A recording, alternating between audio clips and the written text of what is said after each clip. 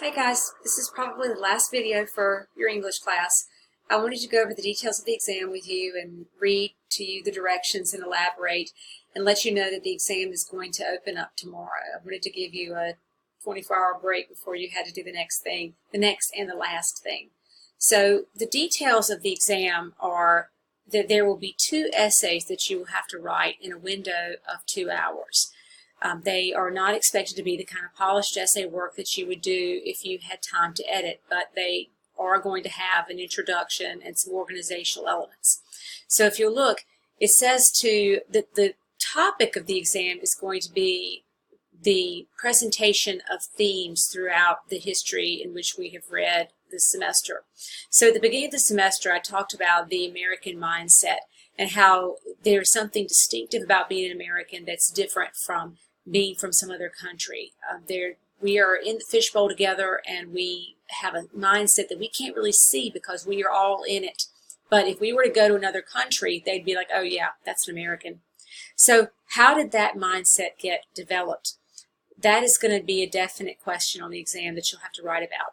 And in order to write about that, you need to be able to look at the literature across time. So if you look here, it says to prepare for the exam, make sure you're familiar with at least 2 works from each time period. That means 6 works, okay? And you really need to know them because you are going to be writing under time constraints. You need to already know what you're going to say since I've pretty much prepped you with the question. That means that you need 2 things from the Puritanism unit that you feel that you're very familiar with. Cotton Mather's tract about witches, Anne Bradstreet's poems about her grandchildren dying, or the burning of her house. Make sure that you know 2 works from the Puritan era that you know well, that you know how to spell the author's name, you know the title of the work, and you can talk about its elements and how they relate to the question that I'm asking. Same thing goes for the Enlightenment period. That's those revolutionary writers like Thomas Paine and Thomas Jefferson. And that would also include the works that we read related to the Indian Removal Act and that SAS document that we did.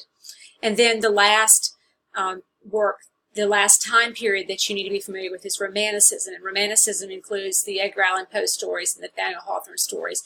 And then also the statements or the texts that we read, they weren't necessarily fiction. They related to slavery and the Civil War.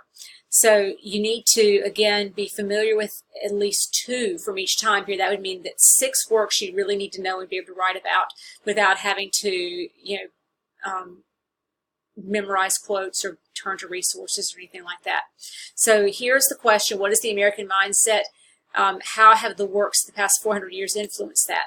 So first, think about what it means to be an American. What are some qualities that we have? I'll give you one hint. That was that Puritan work ethic. The Puritan work ethic is very much alive in America still today, and it dates all the way back to the 1600s with the Puritans. So what else? How have conflicting ideas shaped the country and its mindset? So we are a nation born of conflict, and you can see that conflict in writings from the SAS works that we did some SAS units on slavery. We did a SAS unit on the Indian Removal Act, and I think we did one on the Enlightenment thinkers.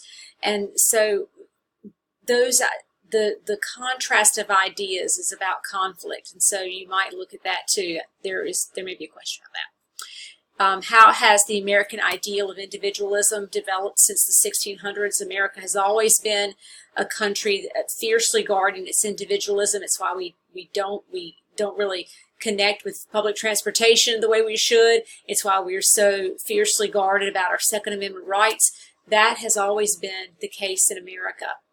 And then what are the ideals upon which this country was founded, and how close has America come to this ideal? So you think about the ideals that our founding fathers, life, liberty, and the pursuit of happiness, and those words that they were writing, how close, as reflected in the literature since then, or even at the time, how close have we come to the ideal that we imagined this country being? Remember that the purpose of the exam is to synthesize your learning, to bring it all together. Make sure you're familiar with at least 2 representative works from each time period. There it is again. And don't wait until the last minute to do the exam, because it is opening tomorrow, which means that you have got whatever weekday you're off to do this, or if you are a weekend worker, you've got your weekend to do this too. So it is hidden from you right now. It'll be available tomorrow, December 11th, and these are the directions for it. I'm not sure if they're viewable on your screen, so here they are. It's going to test your understanding of how literature has influenced the development of the American mindset and your ability to develop ideas and organize them in written form using specific and appropriate evidence. Follow the directions, which will open up when you open up the test. Compose in paragraph form, as many paragraphs as necessary to address the topic. That means that you include topic sentences and supporting details. Guys, writing never changes. It's just exactly what you did in English 111. It's what you did in English 112.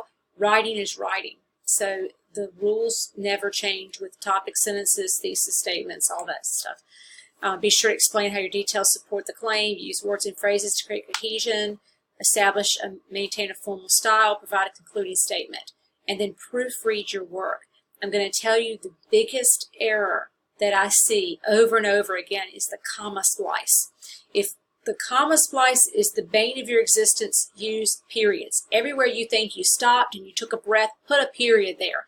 Don't put a comma there, because what's happening is students are writing sentence after sentence after sentence and comma, comma, comma. That's called a comma splice. So watch out for that. It's 120 minutes.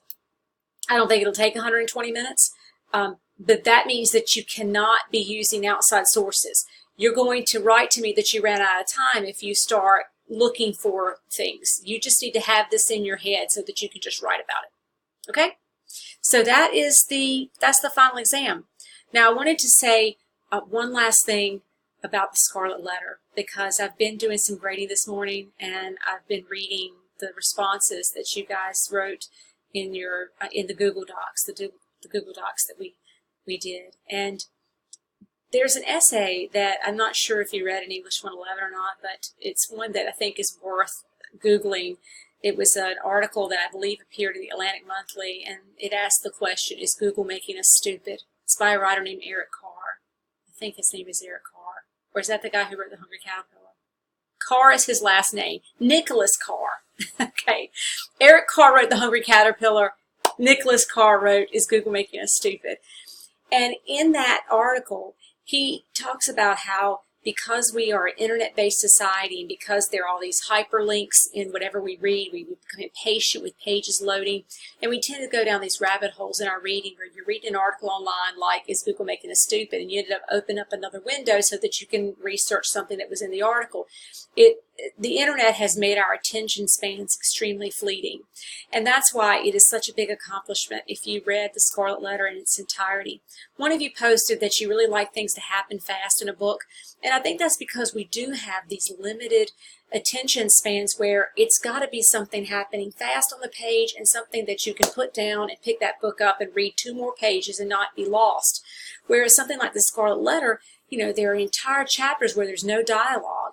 You just have to suffer through that entire chapter, which is why I made the study guides, to try to break things up with questions and things to try to keep you engaged in it and to put it into, you know, digestible chunks. But if you read this whole book, you do get to see the benefit that I wish I were in a class where somebody would make me read a book, because I find it very hard to pick up a book and just read the whole thing, because my attention span is just as short as yours. I've got just as many distractions with job and kids and, you know, everything else that's going on in my life. And it's hard to sit down and read a book, especially if there aren't, you know, like explosions and deaths and sex happening every other page. It can be boring. So pat yourself on the back if you read this book. And I hope that those of you who did read it saw the benefit of it, though I don't expect you to go pick up Moby Dick and read it for fun, because I find literature hard to read for fun. In fact, I'm glad that I'm an English teacher, because it's kind of the only place that I get to read, that I force myself to read these kinds of works, because I also have that short Stephen King attention span as well. So it's been a pleasure teaching this class and having you in this class, and I hope that some of you will consider taking a class face-to-face so that you can, you know, have more of a one-on-one instead of watch a video, send an email.